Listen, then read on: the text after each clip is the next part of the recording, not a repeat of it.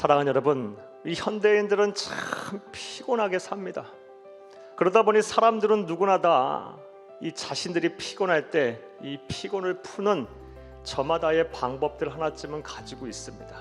그런데 분명한 사실은 우리의 노력을 통해서 여러 가지 방법을 통해서 피로를 풀려고는 하나 잠시 잠깐의 피로의 회복은 있을 수 있겠지만 대부분의 경우 그것 또한 일시적인 것일 뿐이지 우리 인간의 본질적인 피로는 회복이 되지 않습니다.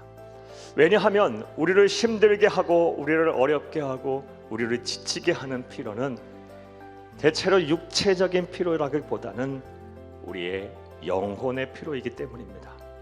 자, 그렇다면 인간이 가진 근본적인 피로인 이 영혼의 피로는 어떻게 하면 풀 수가 있을까요? 본문 30, 31절을 함께 읽겠습니다. 소년이라도 피곤하며 곤비하며 이라도 넘어지며 쓰러지되 오직 여호와를 앙망하는 자는 새 힘을 얻으리니 독수리가 날개치며 올라감 같을 것이요 다른 박질하여도 곤비하지 아니하겠고 걸어가도 피곤하지 아니하리로다. 아멘. 여호와를 앙망하라. 이것이 하나님께서 우리에게 주신 처방전입니다. 자, 그렇다면 여호와를 앙망하라는 것은 어떻게 하라는 것일까요? 첫째로 하나님께 소망을 두고 믿음으로 그를 바라보라는 것입니다. 자, 그런데 이렇게 여호와를 바라보는 데 있어서 일반적인 눈으로 바라보지 마시고 눈물의 기도로 얼룩진 젖은 눈으로 바라보시기를 바라요. 그리하면 하나님께서 다 우리를 긍휼히 여기시고 우리를 도와주세요.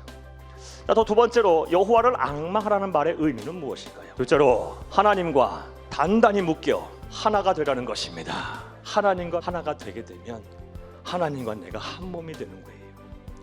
전지전능하신 하나님의 능력이 내 능력이 되는 것이고 전지전능하신 하나님의 힘이 내 힘이 되는 거예요.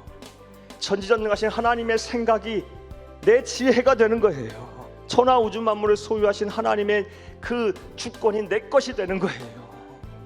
그렇다면 어떻게 하는 것이 한 몸이 되는 것인가요?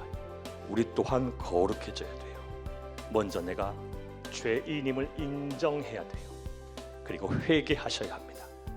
이렇게 죄인임을 고백하고 회개한 이후엔 무엇을 해야 하느냐? 이제는 세상에 속한 사람이 아닌 하나님 앞에 속한 사람이 되셔야 돼요. 하나님의 자녀로서 살아야 돼요.